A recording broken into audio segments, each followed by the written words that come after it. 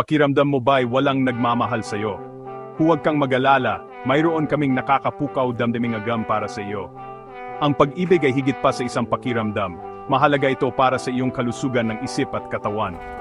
Alam mo ba na ang mga taong nakakaramdam ng pagmamahal ay mas malamang na hindi magdusa mula sa depresyon?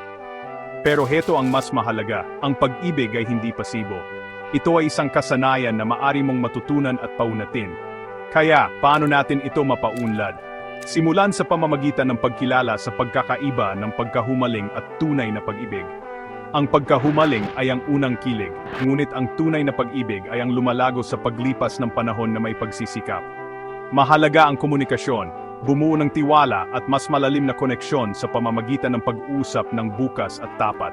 Huwag kalimutang kilalanin at pag-usapan ang inyong mga pagkakaiba. Ang pagpapahalaga sa pananaw ng iyong kapareha bilang kapantay na mahalaga ay maaring maiwasan ang mga hindi pagkaunawaan at paglayo. At narito ang isang mahalagang bagay, tumuon sa mga pangangailangan at kapakanan ng iyong kapareha. Ang paglilipat ng iyong atensyon mula sa sarili patungo sa iba ay maaring magpalago ng empatiya at pagtugon. Kaya, hamunin ang mga negatibong pag-usap sa sarili at yakapin ang paglalakbay ng pag-aaral ng pagmamahal. Tandaan, ang pag-ibig ay isang aktibong proseso. Practice makes perfect. Tuklasin ang mga sikreto ng tunay na pag-ibig at panoorin ang iyong mga relasyon na umunlad.